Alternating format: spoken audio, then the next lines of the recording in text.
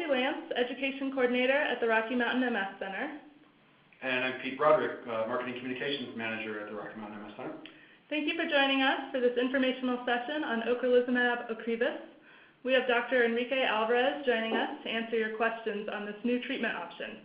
Dr. Alvarez is the Clinic Director at the Rocky Mountain MS Center at the University of Colorado. Dr. Alvarez will give a short presentation on Ocrevus, and then we will open it up for your questions. Please submit your questions throughout the presentation by typing them into the chat window on your screen at any time. If you missed something on a slide, we will be archiving this webinar on our website, www.mscenter.org, and posting it on our Facebook page so you can replay it at any time.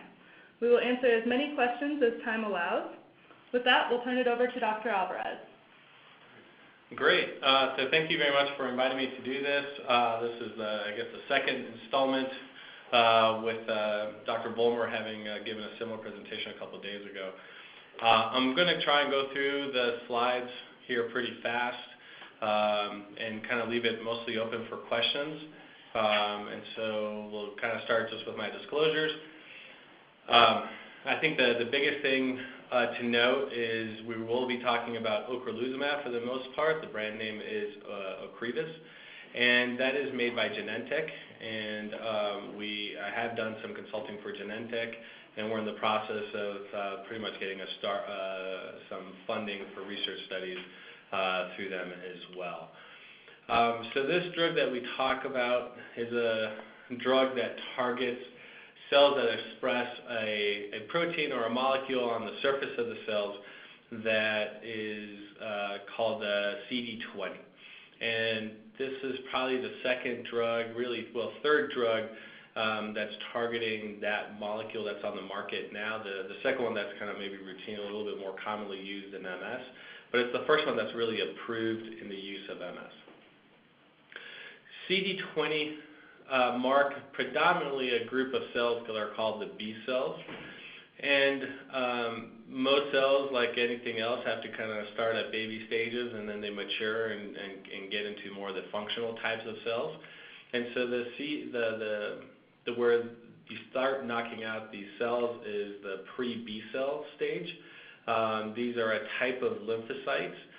You often will hear about B and T cells, and this is a selective drug for those B cells.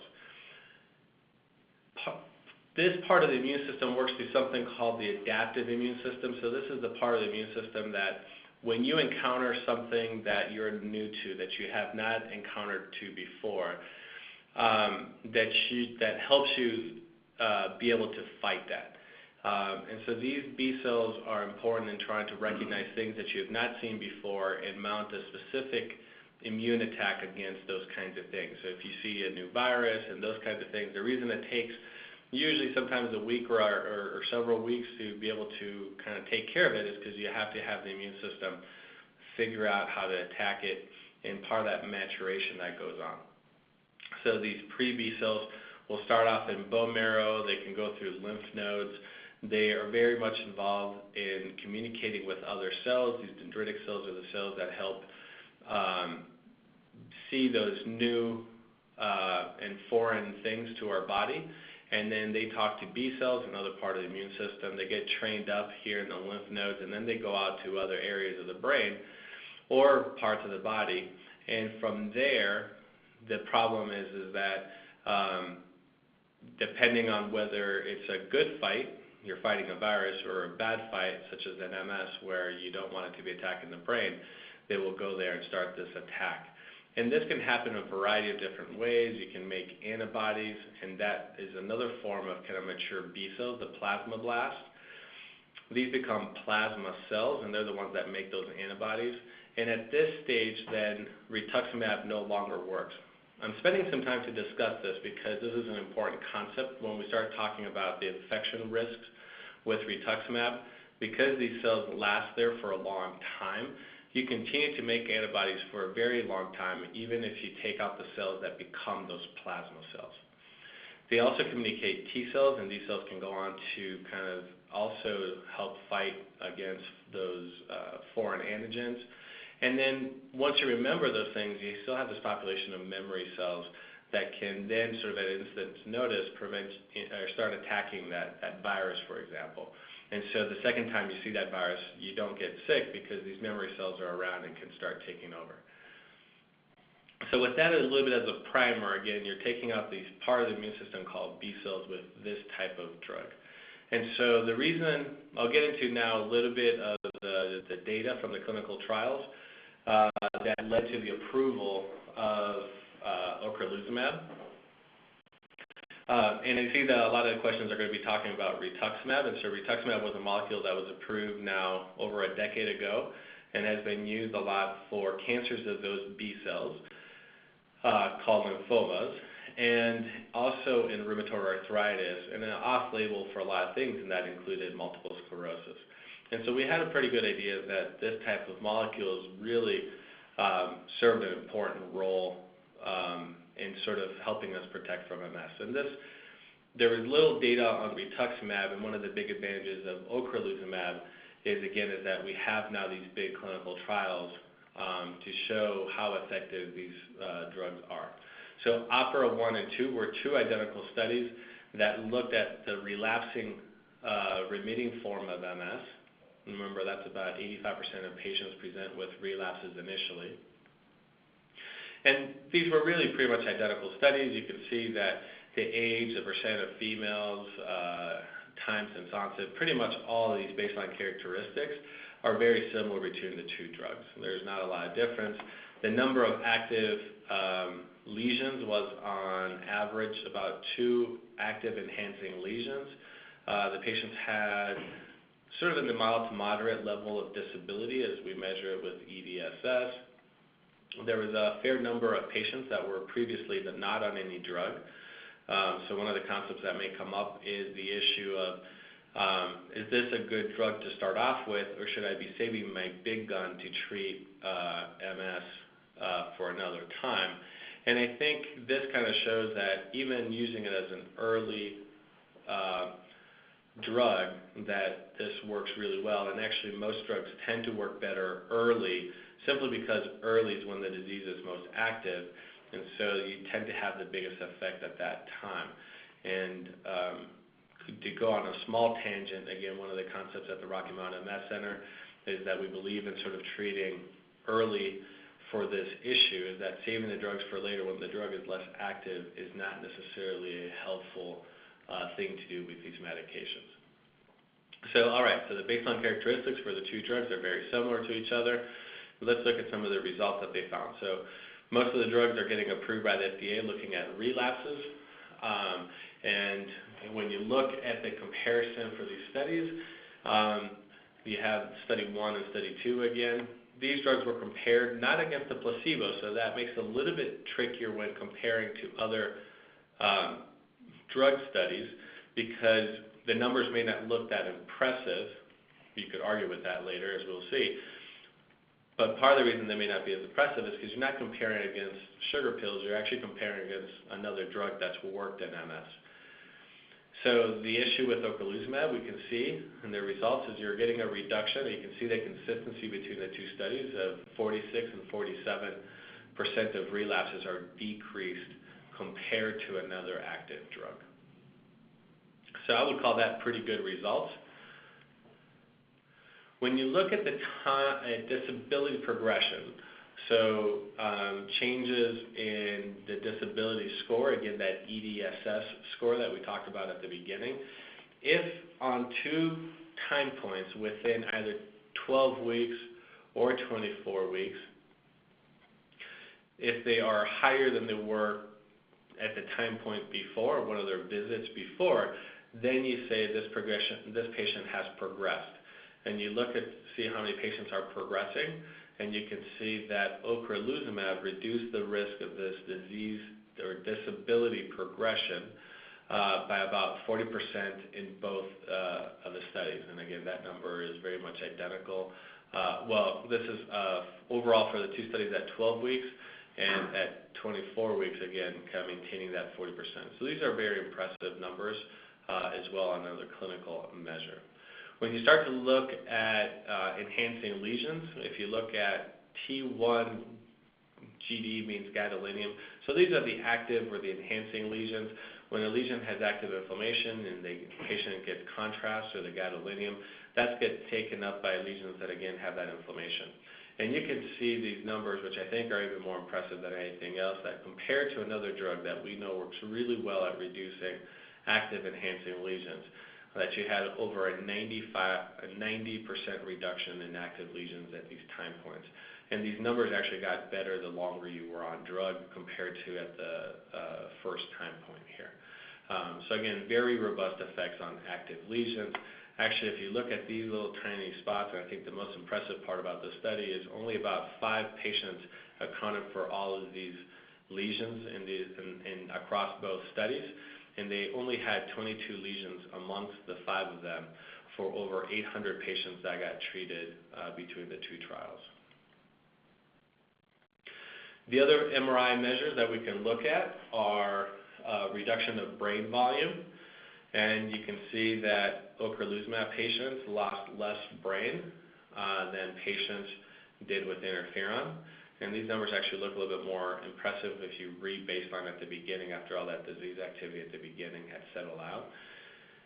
When you look at the patients who meet criteria for no evidence of disease activity or NEDA, this is our goal for all our patients in the sense that we don't want patients to basically show any disease activity.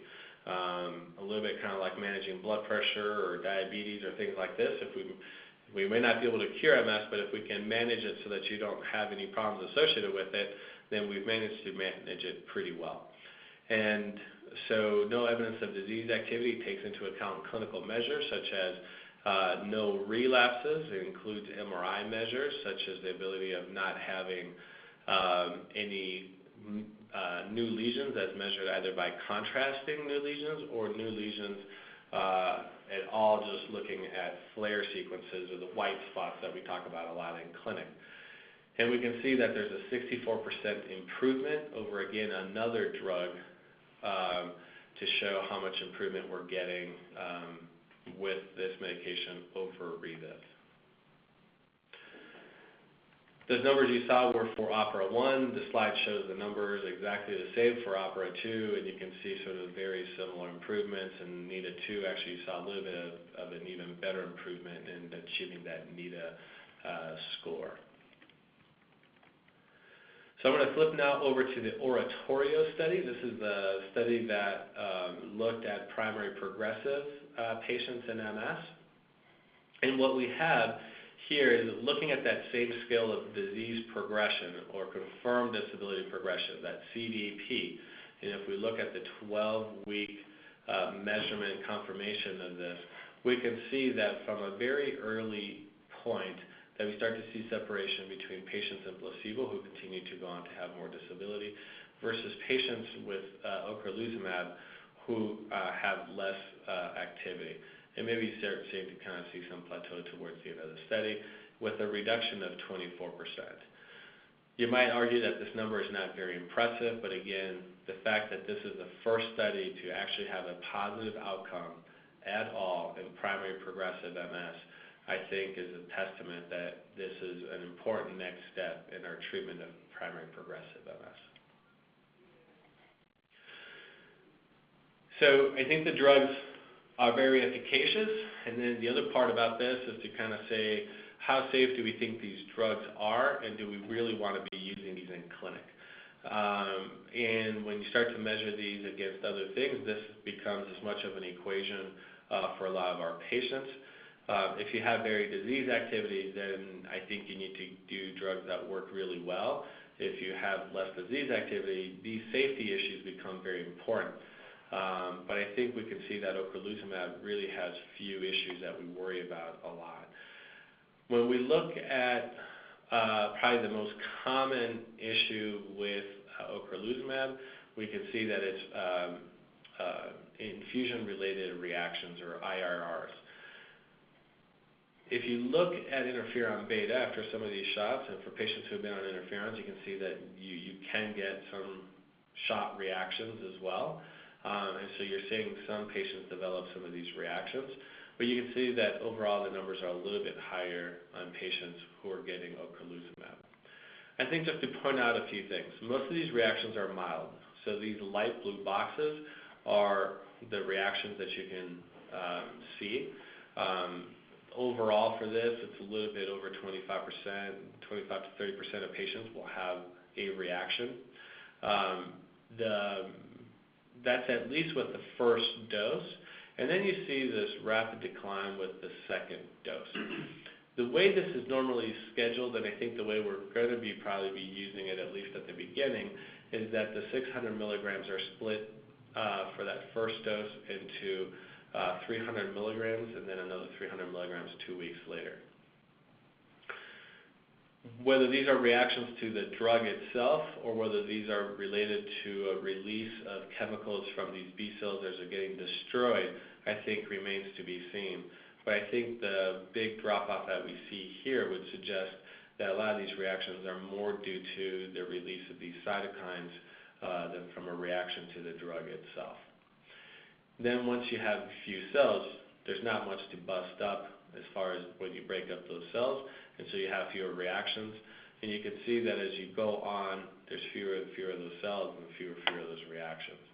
So that's a little bit of my interpretation as to what we're getting, but I do think that, I worry about these infusions a little bit at the beginning with the first dose, but then after that, you can see that these are, for the most part, all very in that mild to moderate category, where you're mostly getting rashes and hives and things like that, and are not life-threatening.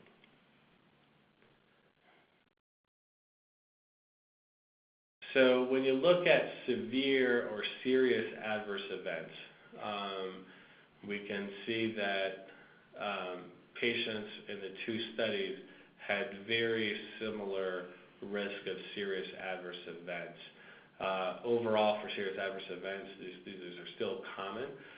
You can see 8.7 for Rebif and 6.9 for Ocrelizumab. That the number of infections was very low. Issues with the nervous system. So these are patients having relapses that were considered severe or serious and that required hospitalization. This is kind of a big grab bag of things that mostly kind of involve those serious infusion reactions and things like that.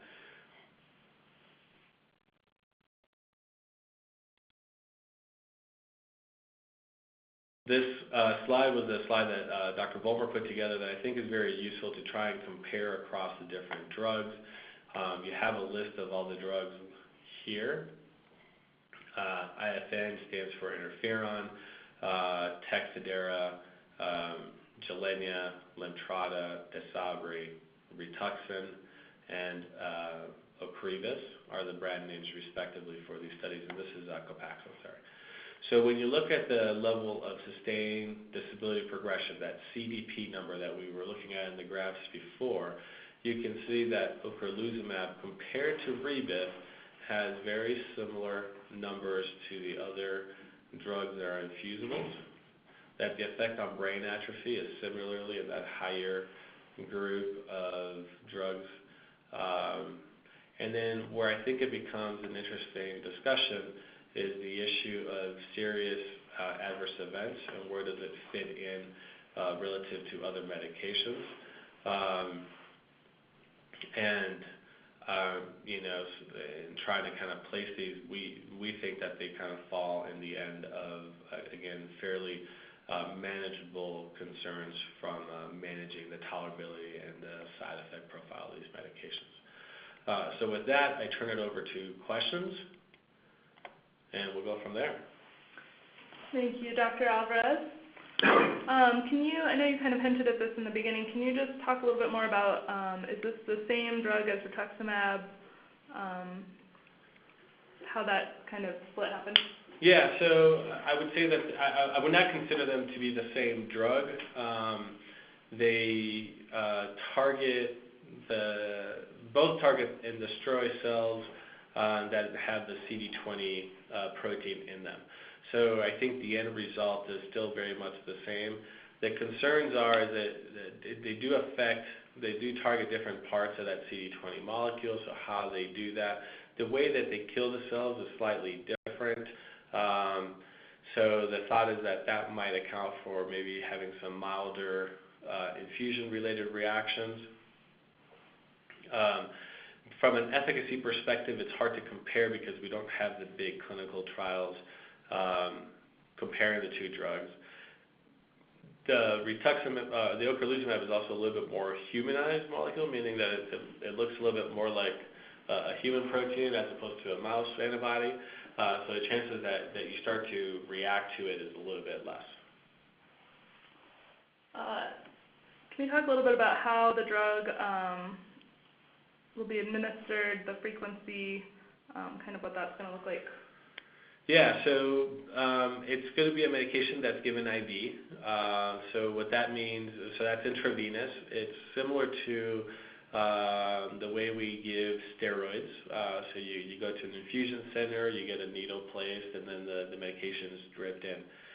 Because of these reactions that happen, the medication started off at a very slow rate, and then if you're doing well, you start getting that rate starts to go up. So you get more medicine towards the end of the infusion than you do at the beginning of it. Each treatment, and it's pretty much a unified dose, is 600 milligrams, and we call that in a course. The issue is whether or not we're going to split that course into two different infusions. Usually if you split it, it's 2 weeks apart. And so you might do 300 and 300 milligrams. At this point, that's the way that's being recommended. And for patients that are already on rituximab, the question is do you really need to split the dose? Is that really beneficial? The answer is we don't really know. I would suspect that we would try to do it all in one day as opposed to splitting it, especially for patients who had already been on anti-CD20 therapies. And if we start getting good experience with that, we may try and do the infusions all at once. But these are things that we will have to figure out and see what we can do related to how we get drug, how insurance wants to do this, and things like this. So we may have some restrictions placed on us as to how we can prescribe these medications. And then you repeat that dose then every 6 months. Can the drug be started immediately if you're due for a rituximab infusion? Yeah, so I would just see this as a replacement then for rituximab.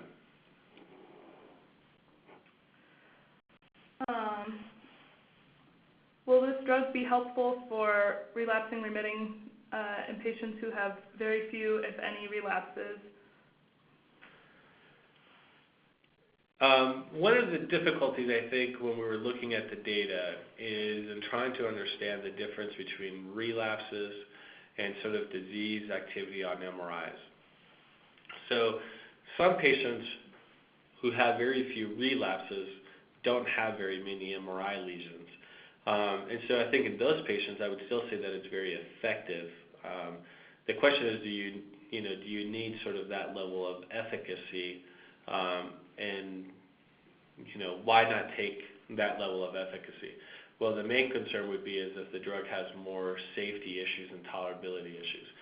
That may be worthwhile, for example, if you already have a lot of GI issues, so sort of stomach issues, and may not want to try and tolerate some of the stomach issues associated with Tecfidera.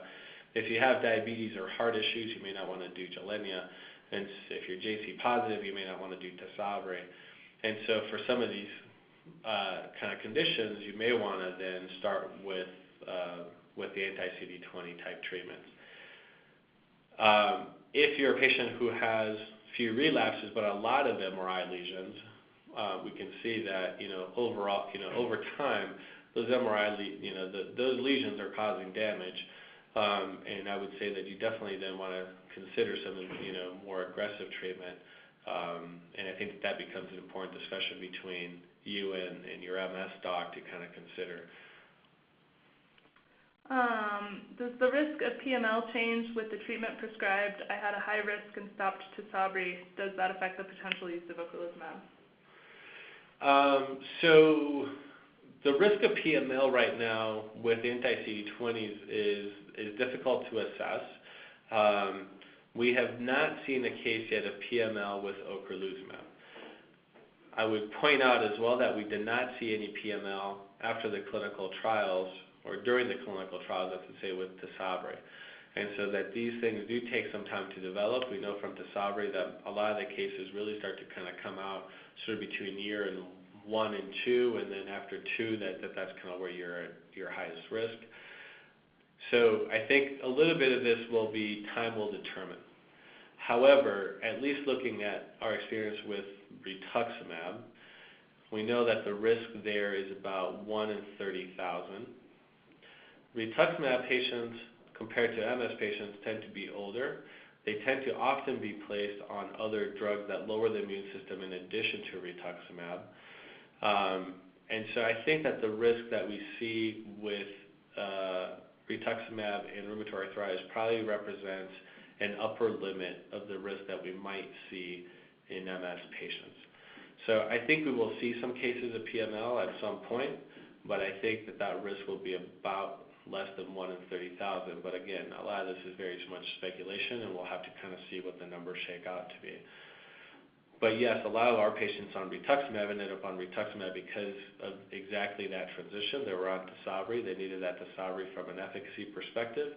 They became JC positive. We knew that the risk of PML was really high with Tysabri in those JC positive patients.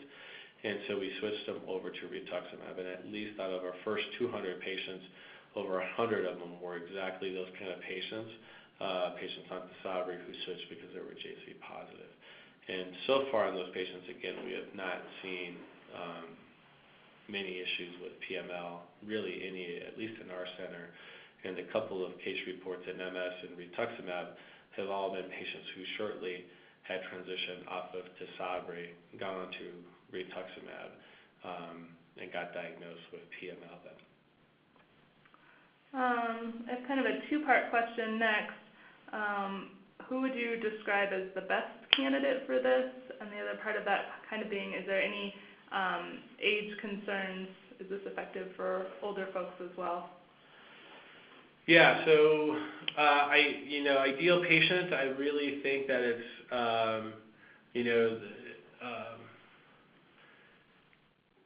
it's hard to think of a patient that I think I would be worried about placing on this drug.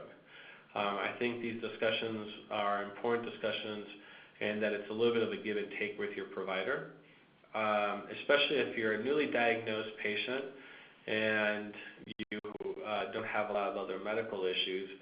There's a lot of options nowadays on the market that you can kind of consider. And the discussion about whether you want an infusion, a pill, or an injection, or all those kinds of things become very important. What your risk tolerance is that risk of PML may be too high for you, even though it's really low with Ocrelizumab. You may want to consider doing things like interferons or Copaxone. Become kind of things that you need to weigh in. The thing I always kind of point out, though, in these discussions is patients can't forget that MS that's active and undertreated is almost 100% risk to have progression. Meaning, if you're having disease activity, you're getting worse, and the chances of making it to be a healthy 70 or 80-year-old patient really starts to go down. And your chances of getting into that progressive phase start to go up. And you start to kind of think, okay, when do I need to start giving that patient a wheelchair? And so, so I think it becomes very important to at least monitor whatever drug you're on to make that decision as to when you go on these medications. The formula might differ a little bit for patients who are relapsing versus patients who are progressive. We showed very impressive numbers with relapsing patients. And in progressive patients, it was a modest thing, but the alternatives really dropped down from 15 or 16 drugs that are available for the treatment of MS down to basically 1. And so without much alternatives, is it worth taking a shot? And then that becomes a discussion. The big problem becomes the issue of age. So as it's been pointed out by a lot of, I think, audience members through their questions, we don't have any data really for patients over the age of 55. And so what do we do with a patient over 55 as far as these drugs? From a relapsing perspective, I think these drugs are still going to be very effective. we can look at the examples presented by other drugs, and we can see that patients who are younger do tend to respond better than older patients just because they tend to have more disease activity. When you look at sort of annualized relapse rate reduction rates, some of that gets a little bit muddled with episodes of pseudo-relapses, real symptoms, but not necessarily symptoms being driven by inflammatory lesions. So the numbers on MRI continue to be strong, and they continue to hold for pretty much every drug, even getting older. It's just there's fewer events. And so I think they're reasonable drugs for patients who have still disease activity and are getting older. For progressive disease, it's tougher. And this comes up a lot because in the early study with rituximab and progressive disease, we saw that that the patients who were younger tended to basically drive all the findings in that study, and that was kind of a very important study that kind of led to really studying these drugs further. It also maybe drove a little bit cutting the age limit to a younger age, so if you want to say stacking the trial a bit. And the thing we've been asking from Genentech for the last year and a half plus has been sort of some subgroup analysis, which are very typical to look at younger versus older patients, and that we have not received yet. And so based on that, it's really hard to push the treatment of older patients with these drugs.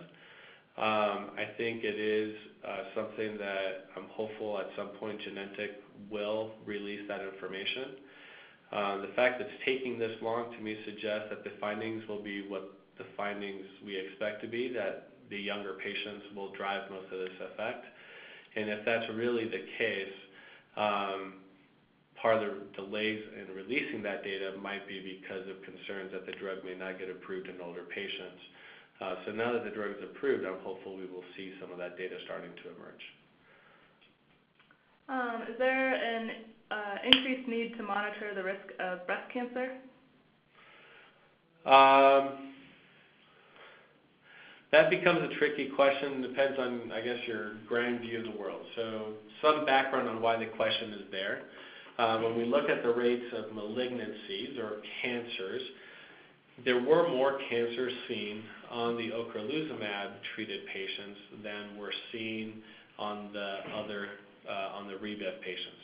Particularly, there were no cases of breast cancer in Rebev treated patients, but there were 6 in the Ocrelizumab studies between all 3 studies.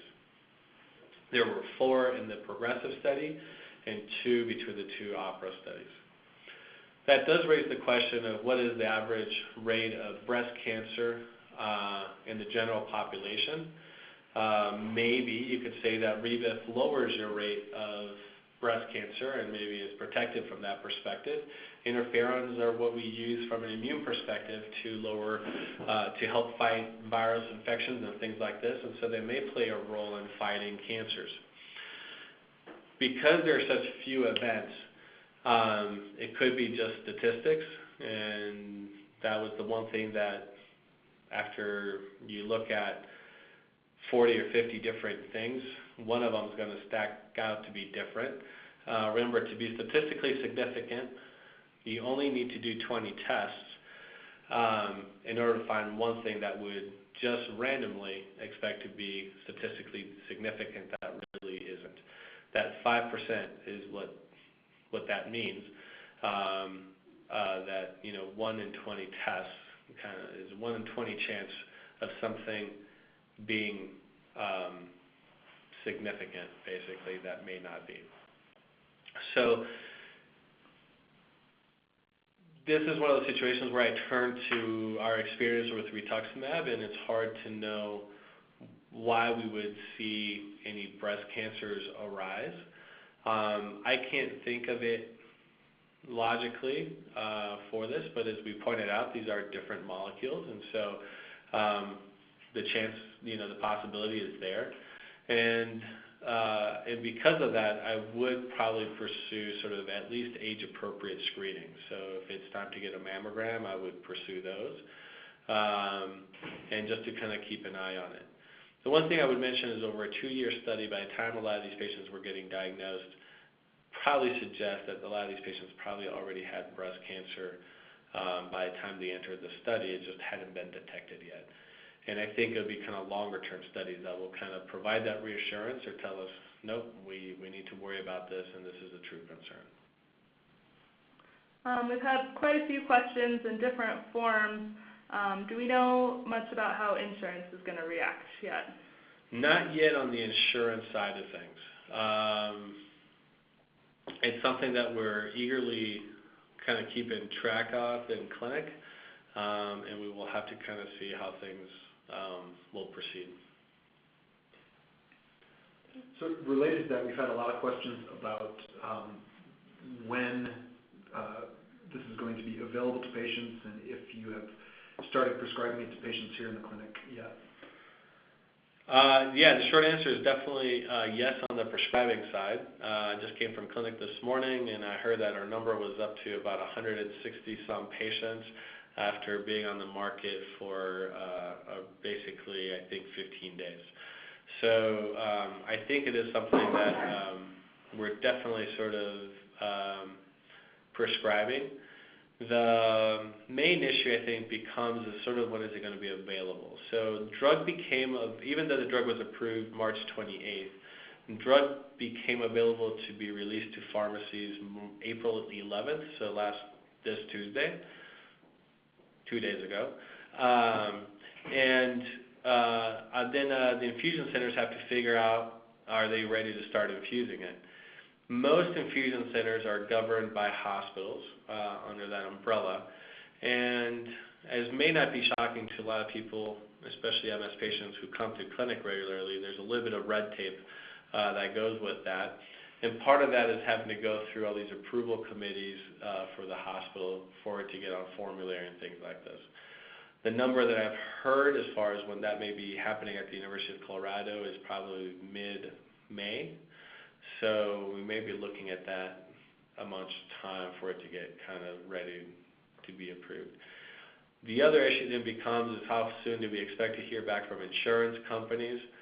I would expect to kind of say that it's probably going to be at least 2 months before we get sort of any responses from the first patients that got signed on, as insurance companies start to figure out they're going to cover it or not cover it and evaluate patients and decide where they're going to place it as far as what tier of treatment they will do.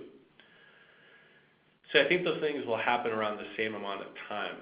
What I expect is that we'll probably get a lot of denials initially.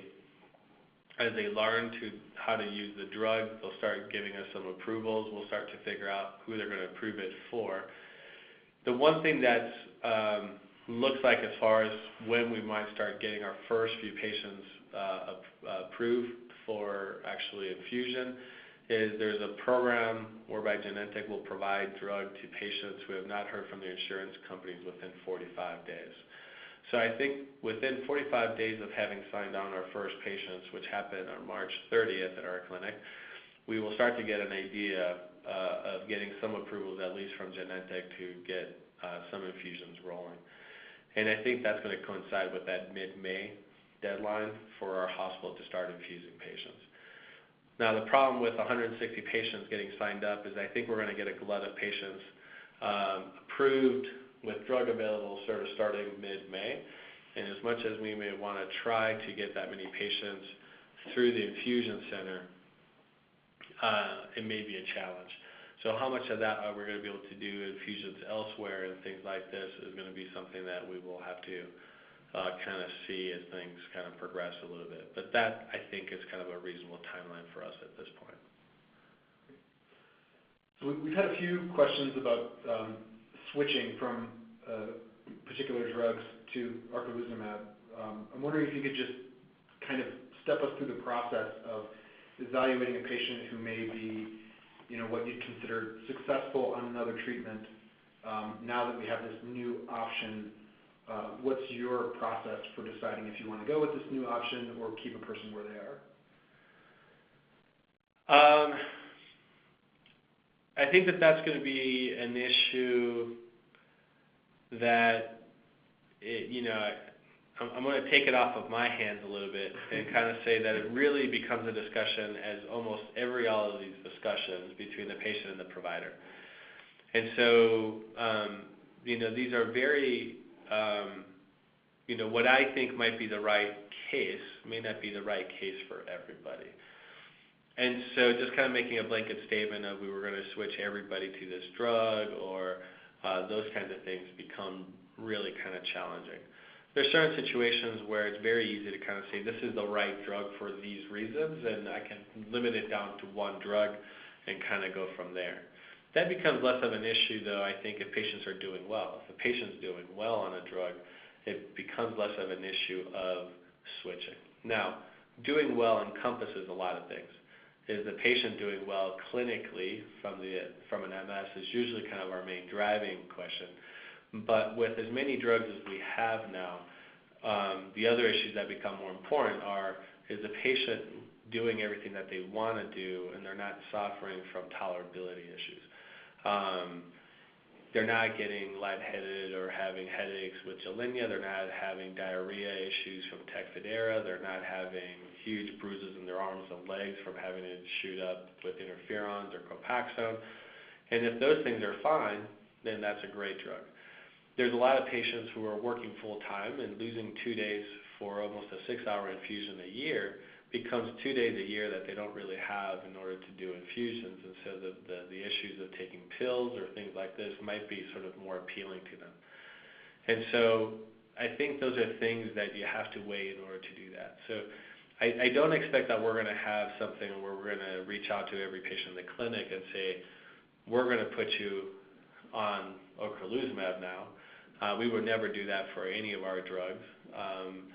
If you want to talk about this, I would urge you to make an appointment, come in and talk to your provider so that we can see if it's the right drug for you, and then kind of go from there.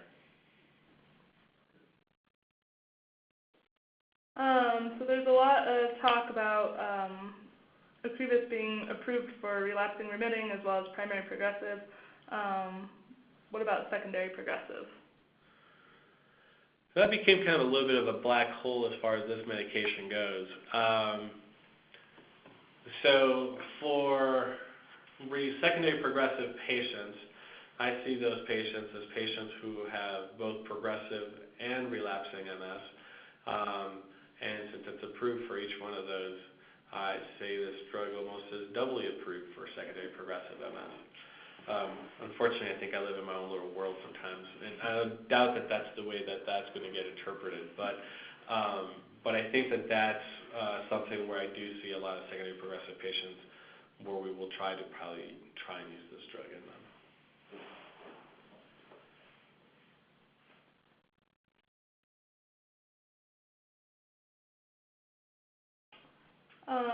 Can you talk a little bit about hepatitis and Ocrevus, particularly if you've received the hepatitis vaccines, if that would have any interference with this med? Yeah, so the concern with these medications is reactivation of hepatitis as far as the hepatitis perspective goes. The whole idea of trying to get vaccinated is to try and prevent you to get it in the first place, and so it's completely fine to have the hepatitis vaccine and try to get this medication. The way we test for hepatitis B in particular, we can see whether or not you're positive on the antibody test due to vaccination versus you're positive because you got exposed to the virus at some point. And it has to do with, we test for whether or not you have antibodies against the core of the hepatitis B virus versus the surface of the virus. And patients who have only antibodies to the surface usually suggest that they were the ones that were vaccinated. So we can kind of tell that difference from some of our testing. We get a little bit more nervous if you had been exposed to hepatitis B. And so that becomes kind of a little bit more of an issue from a reactivation perspective. I would say the main things that we're looking for at this point and that were concerns were really hepatitis B. I would suggest that we really will be screening all our patients for things as well like HIV and tuberculosis, which at least with rituximab have been known to kind of get reactivated on those medications, or at least conditions where you wouldn't want to have a low immune system associated with those kinds of diseases as well. It may not necessarily mean that you won't get treated, it's just we may try and discuss, sort of what the caveats might be and what the risks are in a lot more detail. If you've had those things, if it's TB, we can treat you with antibiotics and kind of get a better sense for things. And so there will be a lot of those kinds of things that we will be assessing for, I think. So we will probably be doing a little bit more testing than what's included on the FDA requirements, because we do get nervous about some of these things and try to preempt things. I think sometimes the FDA tends to be a little bit more reactionary and kind of respond to things as they happen. And so if we suspect that that's a concern, we will try to incorporate that into our testing. An example of this would be with Tecfidera, when it was suggested, at least initially, that the white counts only needed to be tested once a year. We do that routinely every 3 months in the first year, and the FDA later changed its policies to do it more frequently.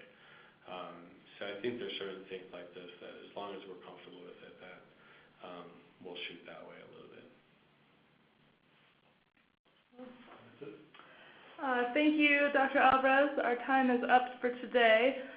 Thank you for sharing this information on Ocrevus and for sharing your time with us. After we close this live session, you'll see a live survey, or a short survey. If you could please just take a moment and let us know your thoughts. We read all of the feedback that we receive. You can find this webinar on our Facebook. You can find this webinar on our Facebook later today, as well as Dr. Vollmer's from Tuesday. They both cover some really great information, and we have additional resources on our website, www.mscenter.org. And just before we sign off, we had one final question come in about the cost of Ocrevus, which I think is maybe not top on everybody's mind, but it's definitely a concern for everyone. Can you speak just really briefly about the costs associated with this? So I think one of the things that may have caught people's attention is really how expensive MS drugs are in the first place. Ocrelizumab will come out to be about $65,000 a year from a drug perspective, plus whatever infusion costs get added on top of that.